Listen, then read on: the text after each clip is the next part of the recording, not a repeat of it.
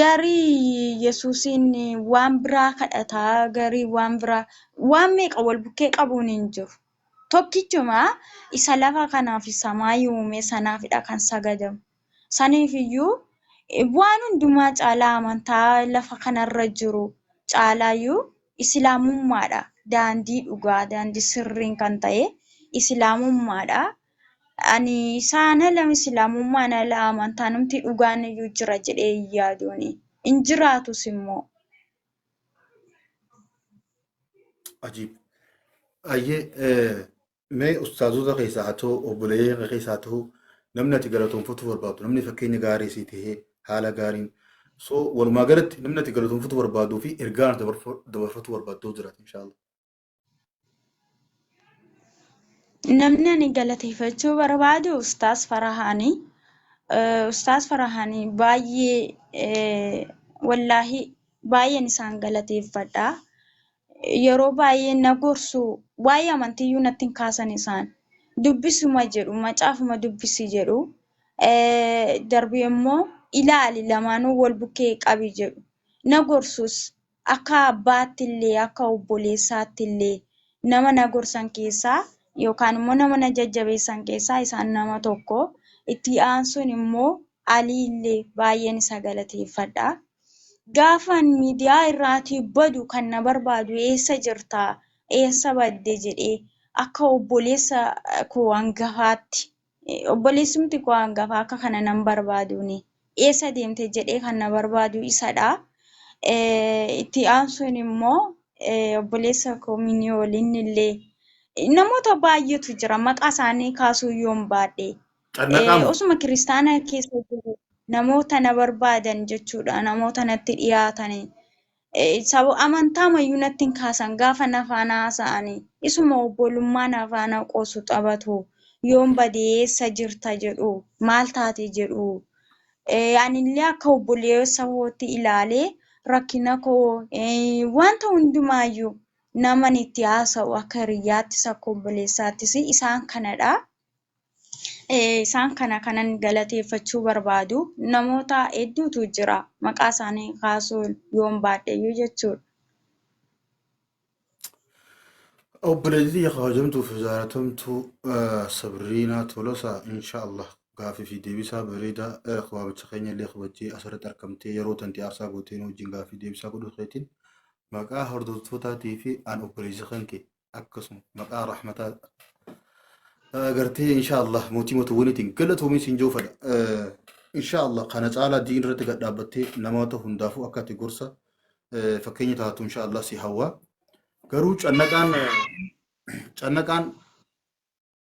أكاتو نتنقى جرا كمتي إسا مقا دويتي قرو أهيا نمني أقا مقا أستاذ فرحان مقا دان أكنا بارغوهن مالف أكاتي نانقل يوك أيشو nama garii mataa dhukkuba yoo uffat baraa mataa fidan goota isaanii waan ta'aniifidha ustaaz.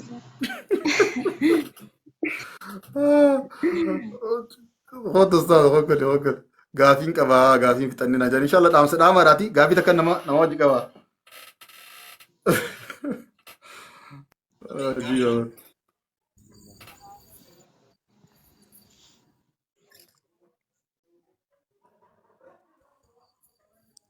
السلام عليكم ورحمة الله وبركاته. وعليكم السلام ورحمة الله وبركاته. يو قافين سنيا في إن شاء الله دام سبري ذاك باتني فيس. أيه قافي لما أنت كان كباني. أوكي. ولا أيام تفمسي. Ayyee rakkoon qabu gaafadhu. أيه. قافين تو كفاني. فكينيا في يروح كريستال ما كيس تلتتي. yeroo baay'ee gaafii ni gaggaafatu ture jechuudha. Gaafii ni gaggaafatta. Waan beektu irraallee ni deebista yeroo gastii irratti jechuudha. Guyyaan ati Yesuusiin waaqummaa isaa mirkaneessuuf jettee Yesuus kun waaqa jettee itti amantee fakkeenyaaf waaqummaa isaa mirkaneessuuf jettee ustaazota kanaaf gaafii ni deebisa jettee macaafa keessaa illee ta'u barbaaddee yookaan immoo deebiin argadha jetteetti yaaddee barbaadde xiyyeeffannoodhaan irriba dhabdee macaafa keessaa barbaadee dhabdee ni jira yaani. Wallaahi ni jiraani. ustaazotuma kana kan namni baay'een dadhabee ani amansiisuu qabaa jedhee guyyaa sadiidhaan yaadadha. Guyyaa lama macaafa keessaa barbaadaan ture. Bakka inni ani gooftaadha jedhu barbaadeera. Guyyaa lamadha. Irra caalaatti kan nan barbaade yeroo hundumaayyuu xiyyeeffadhee sirriimatti nan amansiisa. Isaanumaan gara kiristaanummaa fidee dinqiin hojjedha jedhee kanan itti yaade sirriitti guyyaa lamadha. Garuu naaf hin milkoofne nan dhabe. Wanta isaan yeroo baay'ee gaafatan sana nan dhabe macaafa keessaati. Guyyaa tokko immoo yoon macaafa keessaa dhabes kadhata kootiin sirrachuu danda'u jedhee guyyaan itti sirnaaf sagada qabadhee waa'ee isaanii irratti kadhadhe illee ni jira jechuudha. Maashaallah galatoome kunnaa deebi'ee jira. Ammas gaafeetti aanu gaafuma lama wayinnaafi. Gaafiin kan biraa fakkeenyaaf ustaadonnii fi barsiisonni kiristaanaa yeroo baay'ee wal falmii bifa gaafiif deebiitiin beellamatanii marii fayyini godhu fakkeenyaaf. Nuti musliimoonni ustaadota kan keenyatti fakkeenyaaf yeroo hedduu itti boonna ni gammanna jechuudha. Maaliif jennaan mo'anii galu waan ta'eef ragaadhaan evidensiidhaan bifa ajaa'ibaatiin tasgabbiidhaan arraba malee naamusaan ragaa islaamummaa keessa jiru waan hundaan jechuudha. Mo'anii waan galanuuf jecha itti gammanna jechuudha. Baay'ee itti boonna. Mee ati yeroo kiristaanummaa keessa jirtutti yeroo kiristaanummaa keessa turtetti yeroo barsiisonni ustaadotaan falman yeroo jarri haasa'anii fakkeenyaaf yeroo ati itti gadditee yookaan immoo itti aartee deebisuu dhaban yookaan immoo immoo ataman jettee itti aarte ni jira. Yaani itti qalbii cabde yaani miirri si cabee maal jedhe ni jira yaani yaadatta. Eeyyan hin jira. Inumaayyuu guyyaa ustaazota faana marii taasisan sana namni guyyaa tokko macaafa dubbisee hin beekne isuma sana ilaaleeyyuu amantaan islaamummaa dhugaa akka ta'e akka hubatudha. In hubata akka kootti jechuudha.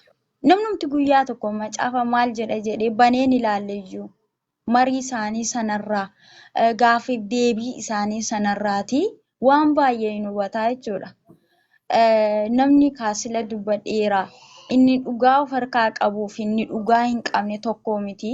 Ija jabaatee hin dubbatu mo'amanii magalu sababa dhugaa harkarraa hin qabneef sababa deebii hin qabneef jechuudha. Wallaahi osooma gaaffii fi deebii yookaan immoo waliin marii osoo gochuu baatanii natti tola tureeni. Guyyaa isaanii waliin marii godhan sana baay'ee mangadda ture. Nan qaanfadhan tureeni. Guyyaan itti maal ta'a osoo kiristaana ta'ee osoo hin dhalachuu baadhee yookaan immoo kiristaana keessa osoo hin jiru ta'ee maal ta'a guyyaan itti jedhee hin jiraani. Sababiin isaayyuu waan gaafataman dhiisaniitudha kan isaan paastoroonni arrabaa fayyadamanii isaan sun gaaffii yeroo gaafatan isaan kun immoo arrabaani kan isaan deebisan.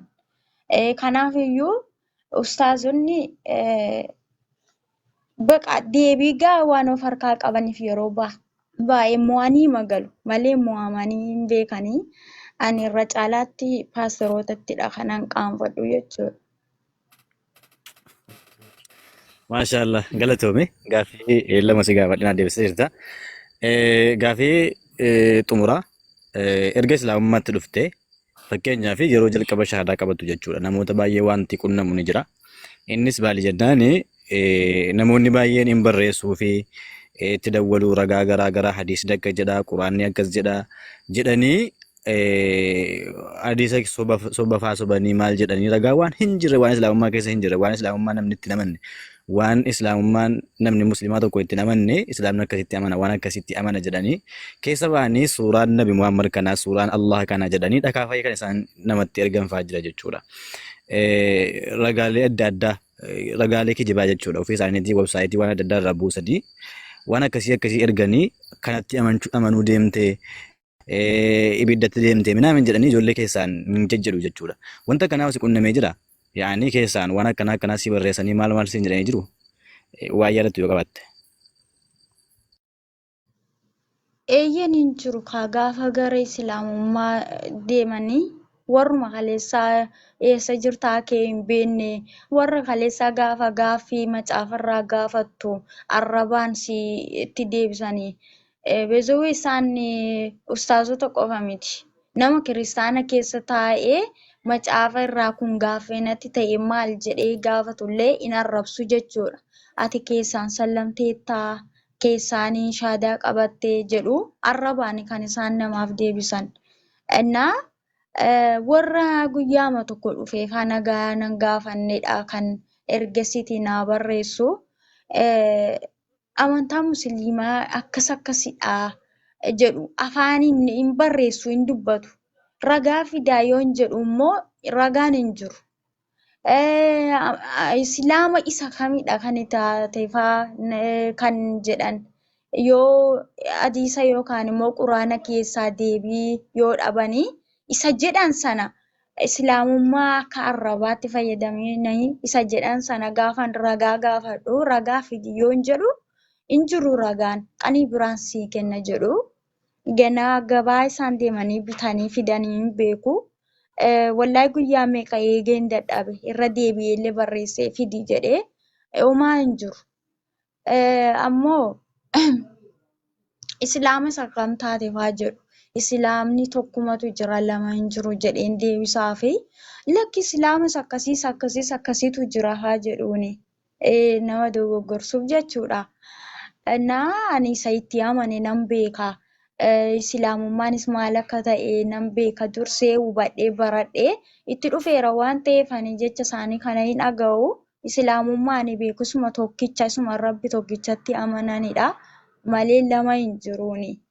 Akka kiristaanaa keessaa charchiin humti mataasaa iyyuu maqaa garaagaraa qaba. Meeqatu jiraani? Akka isa sanaa si'aniitu ta'ee hin beeku. Dhufanii waan akkasii kana gaafatu. Akkasidha ishee. Ayyee masii keenya galatoomii ulfaadhu gaafii kiyya sirriitti naa deebisuu keetii fi ansirraa fixadheetan jira cannaqaan illee yoo gaafii qabaate egaa hin beekne akkasii inshaallah galatoomii ulfaadhu an fixadheen jira sirraan cannaqaa yoo qabaattet illee egaa yoo isin eeyyamamtuu taate gaafachuu dandeessa inshaallah. Ani hin gaafadhu amma nama gaafatu irraa dhorga. Assalaamu alaikum warahmatullahi wabarakatuh.